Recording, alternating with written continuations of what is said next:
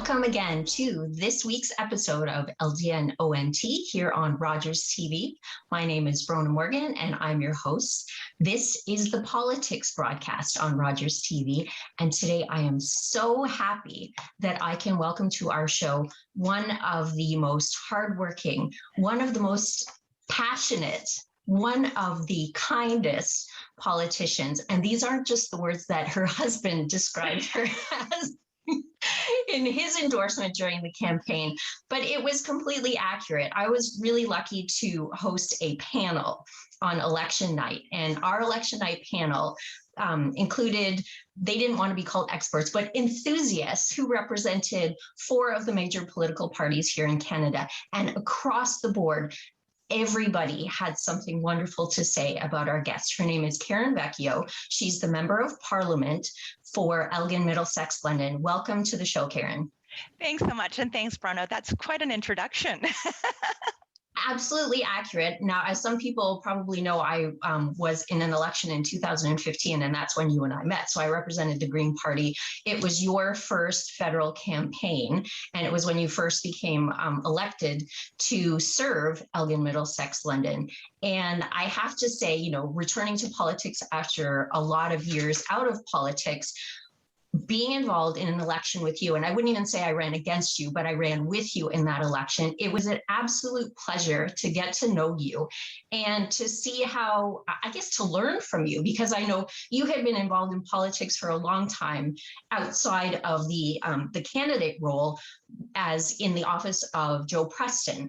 What did you take from all of those years serving Joe that, you know, kind of motivated you to want to, you know, throw your hat in the ring? And also, how does what you learned during those years inform how you serve now as our Member of Parliament? Thanks, Bronagh. And you know, exactly the case. Being with Joe Preston over that 11 years from 2004 to 2015, I got to meet so many incredible people in my role as a constituency assistant and an executive assistant to Joe Preston. So I had the opportunity to work on Canada Revenue Agency files. I had the opportunity to work and bring people from other countries, sometimes in refugees, sometimes it was family reunification. When people were having their really difficult times, I was working front line. So really, I had the understanding of some of these difficult challenges that constituents face each and every day. So I've taken that knowledge from what I have working with Joe Preston and took it to my role as a legislator. What are some of the challenges? What are some of the barriers? Are some of these regulations or legislation, is it fair?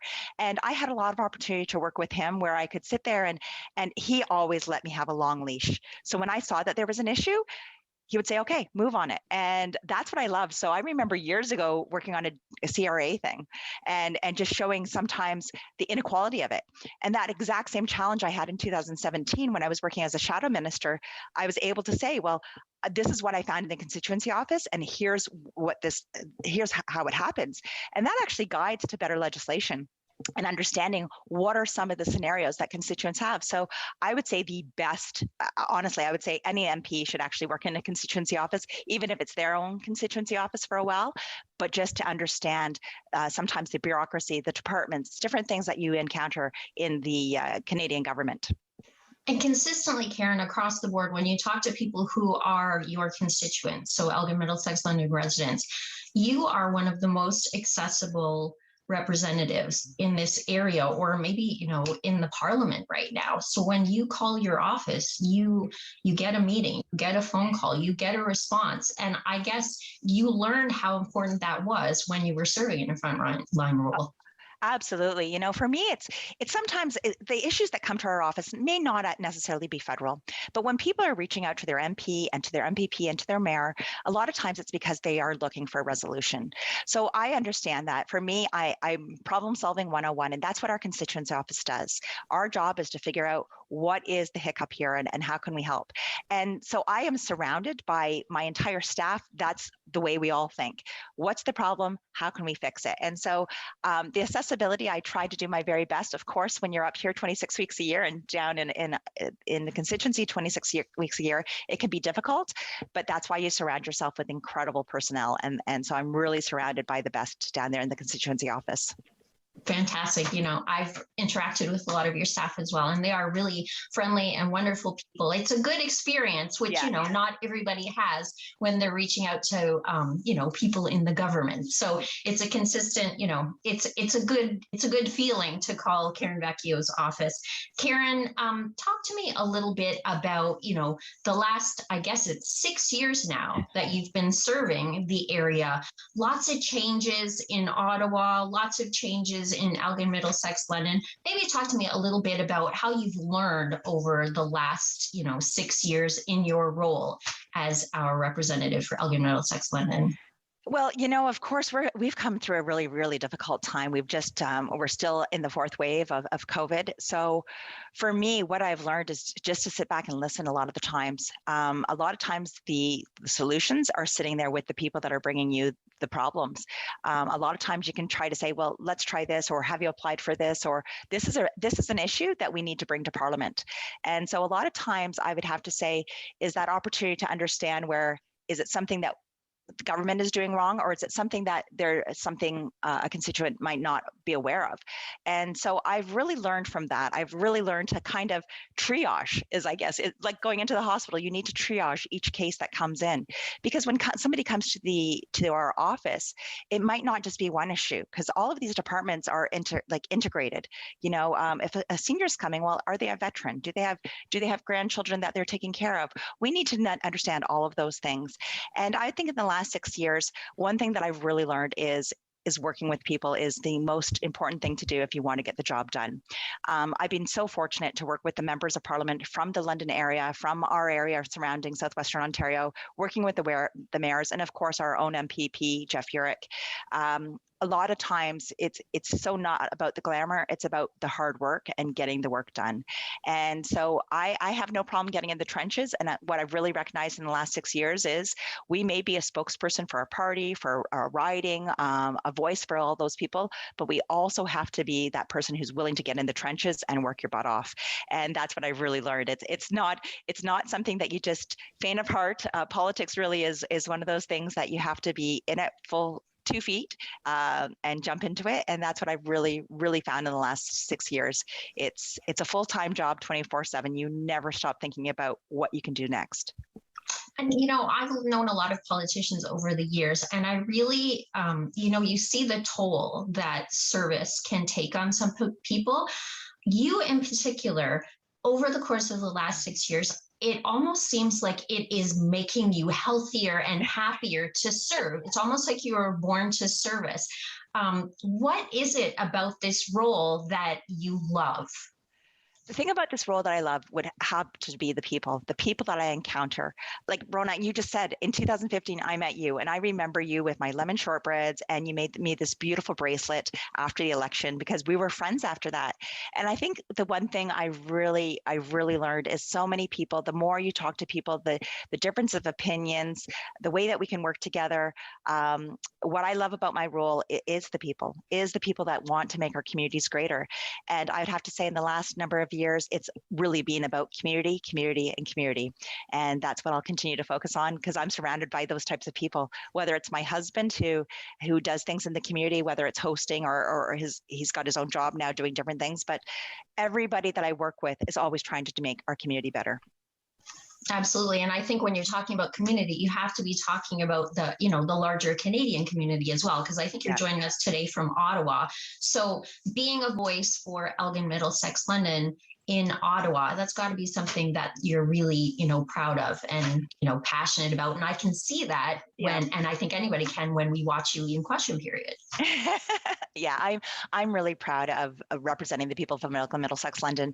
EML makes up 10 different municipalities. So we have everything from the city of London, so the big city of London, to smaller hamlets and places like Dexter and Sparta, and understanding the differences. And so I love representing this riding. The diversity of my riding is what I say what is Canada. You look at London as that big city, and then you look at the smaller communities. We have rural, we have manufacturing, agriculture. We have so many great things, and so I think I have the perfect petri dish of what Canada is, and that we can figure out so many ways of moving forward just by piloting things in our own area.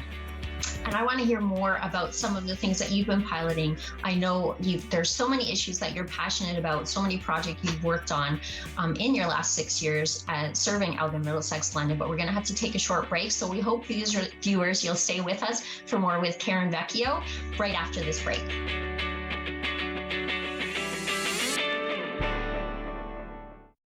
This program is brought to you by the following sponsors.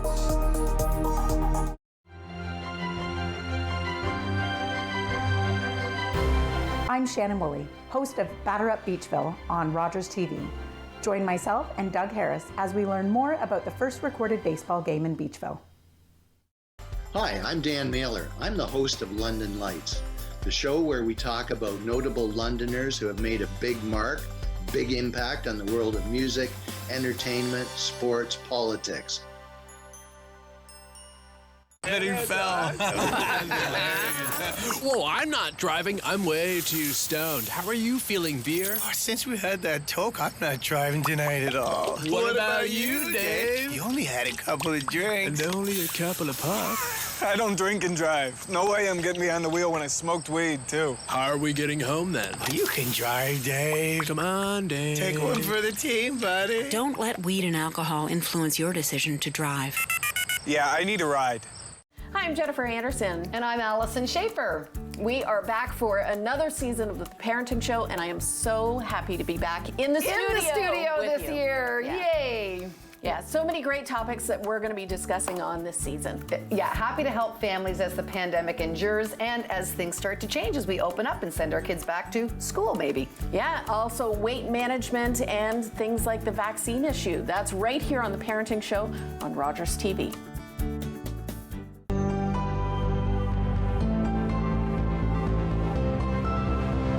This is Rogers TV.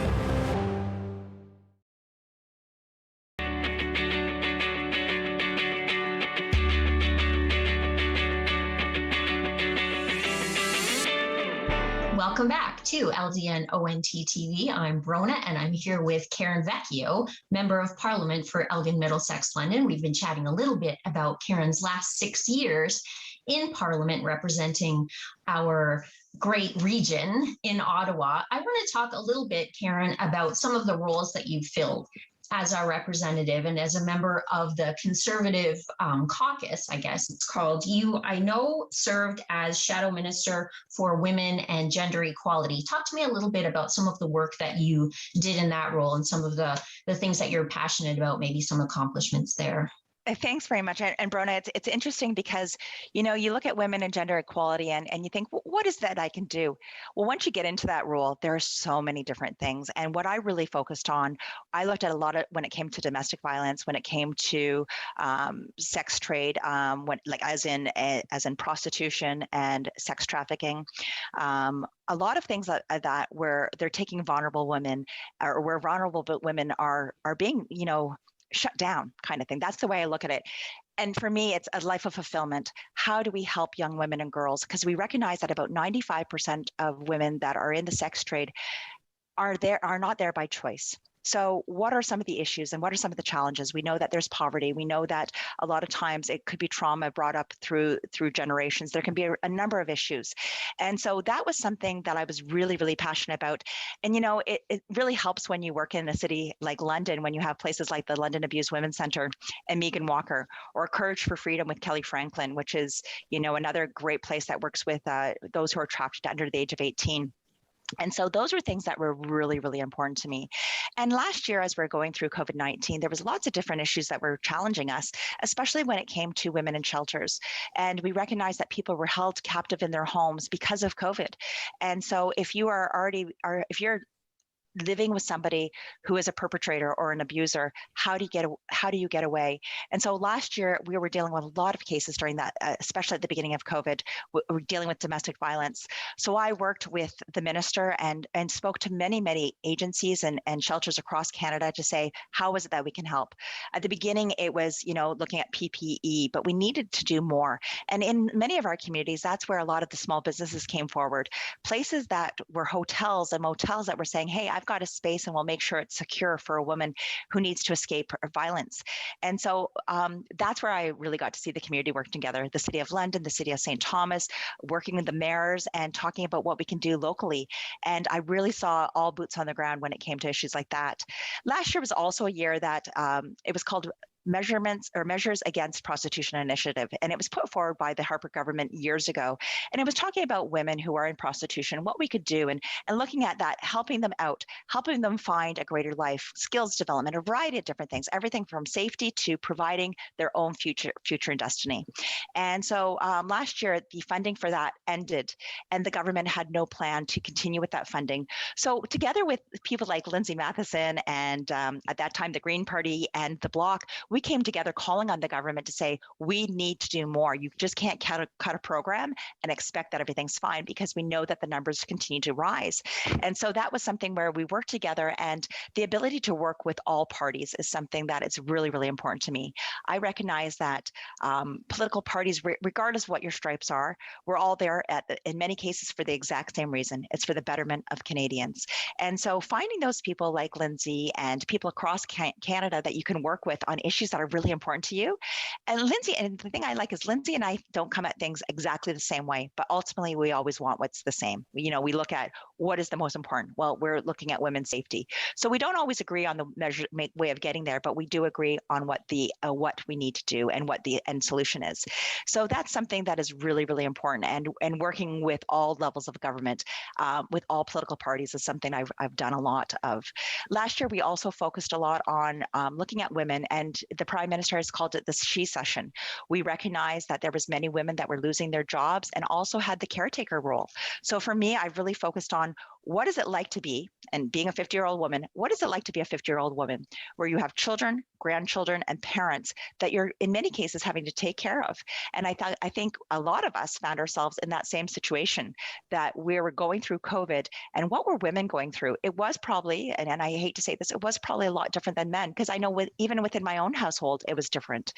Mike is one of the most supportive men you'll ever find, but we are different. We are different beings, and the way we do things are differently as well.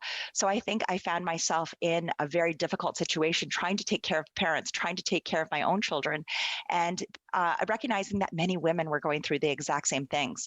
So a lot of times I'll apply my own lens of thinking, what are some of the challenges I see? What are some of the challenges that I see Bronagh seeing, or other people within my community, and how can we tackle those challenges? So those are some of the things I do. It has a lot to do with communication, a lot to do with outreach, and a lot to recognizing that I usually don't have the answers. I know some of the issues, but I don't have the answer. So working within the community is how we find those solutions. I know that in the last few years, there's really been, maybe an increase in the lack of civility that we're seeing in politics. And that really is off-putting, I think, for a lot of people. How do you personally work, so well with your colleagues across the floor? And what are you doing personally to try and encourage more people that maybe see that and, don't want to get involved in politics to really bring their voice to Ottawa? Well, I think a lot of times we have to stop looking at everything personally, and we have to look at it as big picture. When I'm talking about things, I can't just take it personally. A lot of times they may be my personal values, they may be my moral codes, things that are in line with the Conservative Party, but you can't take those things personally, because a lot of times people, being a Conservative, people already have a mindset of what it looks like. Being a Liberal, being an NDP, being a member of the Green Party, people already have it predetermined of who you're like.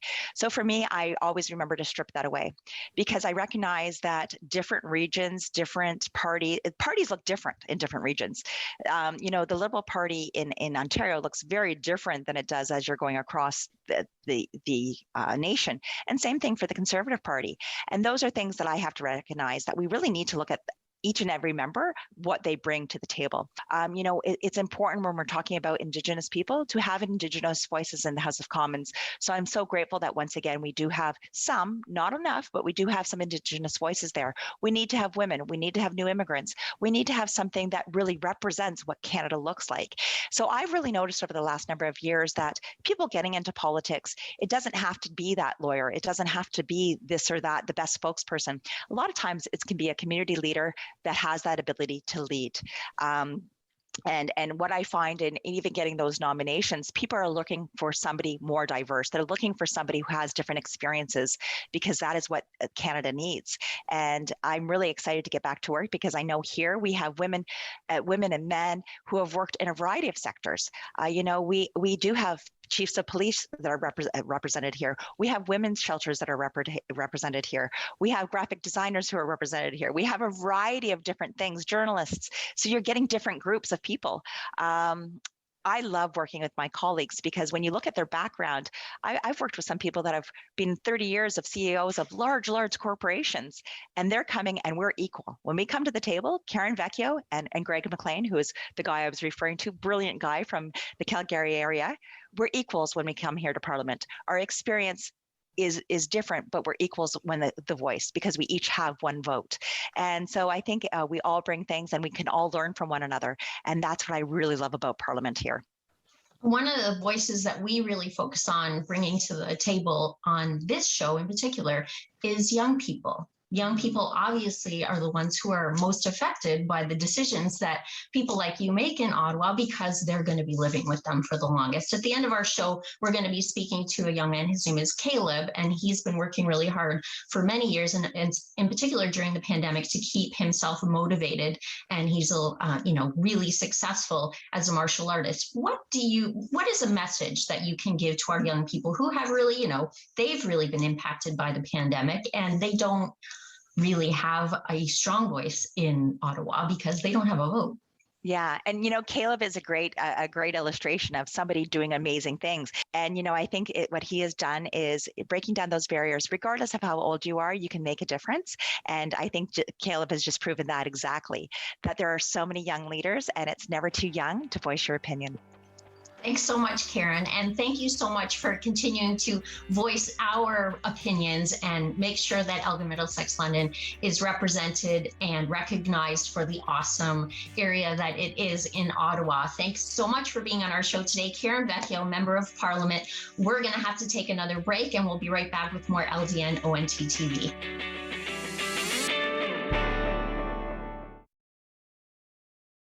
This program is brought to you by the following sponsors. When an impaired driver killed my brother DJ, my life changed forever. Life has changed for all of us during the pandemic, and many people are turning to alcohol and drugs to cope. Even though most of us are staying home more, police across Ontario are seeing an alarming increase in impaired driving and the horrible devastation that goes with it. Now, more than ever, we need your commitment to never drive impaired, and to encourage all of your family and friends to do the same. Together, we can save lives. Hi, I'm Dan Mailer. I'm the host of London Lights, the show where we talk about notable Londoners who have made a big mark, big impact on the world of music, entertainment, sports, politics. Hi everyone, my name is Dr. Mario Elia, and I'm the host of a new show here on Rogers TV that we're calling Keeping London Healthy with Dr. Mario. So tune in Wednesdays at 6:30 p.m. and we'll see you then.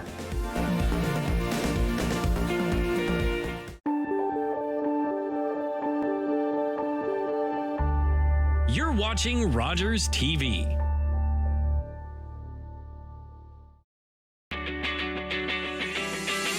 Welcome back to LdnOnt TV. I'm Bronagh, and I'm here with Kaleb, the Hype Boyle, to talk a little bit. Thanks for being here, Kaleb. To talk a little bit about all of the hard work that he's been putting into becoming a martial artist ever since you were, I think, 4, right? Yes. Right. And in particular, during the pandemic, you've had to shift everything to working out in your house and being really self-motivated. So can you tell us a little bit about, maybe some of the challenges that you've had to overcome over the last year or so? Yeah. So during the pandemic, mostly at the beginning, it shut everything down, my dojos, my teachings, but my teacher found a way that we can do it online. And I had to switch from my dojo and make it into my living room. So I had to take mats and put them in my living room, and my parents trusted me with my weapon, especially around all the equipment. But the challenge that I mostly faced was getting the right practice in. Right. Because when you're there in person, it's a lot different because you have that motivation when you're at the club getting ready to train. When you're at your house, you get a little bit too comfortable. So how did you, I guess, self-motivate yourself? Like how are you able to set goals? And you're still, I know, achieving, even though you haven't been able to go to competitions in person over the last year or so. Well, I've been able to self-motivate myself by pushing myself and actually training myself to get better. Right. And over the pandemic, I created this group of amazing competitors and my friends from all over the world, especially the US. And it's called the Amigos. And that also helped me motivate myself to push and get better than them. Like we have a little competition who can train harder and get better. Awesome. And so how did you meet the Amigos? Are they people you know from competition? Yes. So over the pandemic, I did competitions and they're worldwide competitions. And I met them and I thought personally that they were amazing, great people. Right. And I wanted to become friends with them. Mm-hmm. So I created this group so that we can give back to the community and we can use each other as partners and workers. Awesome. Okay, so you and the Amigos, next, goals coming up, because I know everybody's probably hoping to be able to get back into competition in person. What's coming up from you for you in the next, maybe few months or even the next year? So it's actually not that long away, but a couple weeks. I'm actually going down to Orlando, Florida. Oh my gosh. For an in-person world champion title for the world championships. For which, I guess, is it discipline or what are the different weapons that you use? So one is the bow staff. Okay. And two, I don't really do any other weapons, the nunchucks or commas, but bow staff is my specialty. And I'm doing forms. Awesome. So looking forward to that. So how can we find out more about you and the Amigos and the different work that you do in the community? You can check out the Amigos page on Facebook or the Amigos on Instagram. Awesome. And then being back in school, because I think that you were doing homeschool last year, what's that transition been like and how are you able to fit in your training with school now? Well, it's been another challenge I've had to overcome, but it's actually motivated myself more because it's more stuff on my plate that I have to do, but it's more stuff that I'm excited to. That's awesome. Do you have a favorite subject in school? And I'm guessing gym. Awesome. Okay, so I'm here with Kaleb the Hype Boyle. I hope you check out the Amigos. I'm glad that you were able to join us today for this episode of LdnOnt TV. Thanks to our first guest, Karen Vecchio, Kaleb the Hype Boyle, and please tune in next week and stay tuned for a little bit of a glimpse of the awesome performance of Kaleb the Hype Boyle. We'll see you next week.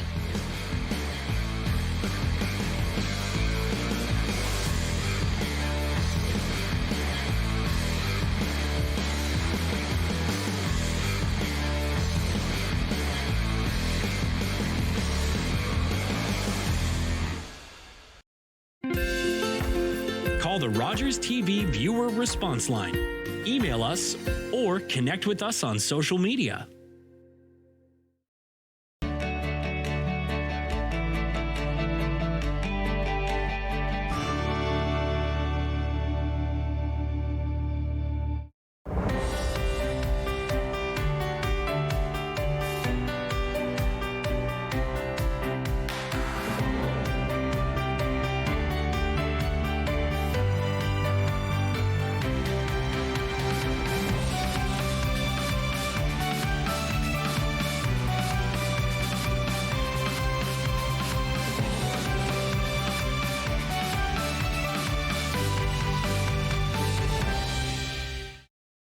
COVID-19. COVID-19. COVID-19. The pandemic impacts our everyday lives, and the ripple effects of COVID-19 seem to change on a daily basis. Rogers TV keeps you informed about how the pandemic hits close to home with live coverage of the Middlesex-London Health Unit and the City of London media briefings. Keep up to date on the latest in London and Middlesex with updates from Dr. Chris Mackey and Mayor Ed Holder. Watch the latest COVID-19 media briefings live on Rogers TV Mondays and Thursdays at 2 p.m. And for more information, check rogerstv.com.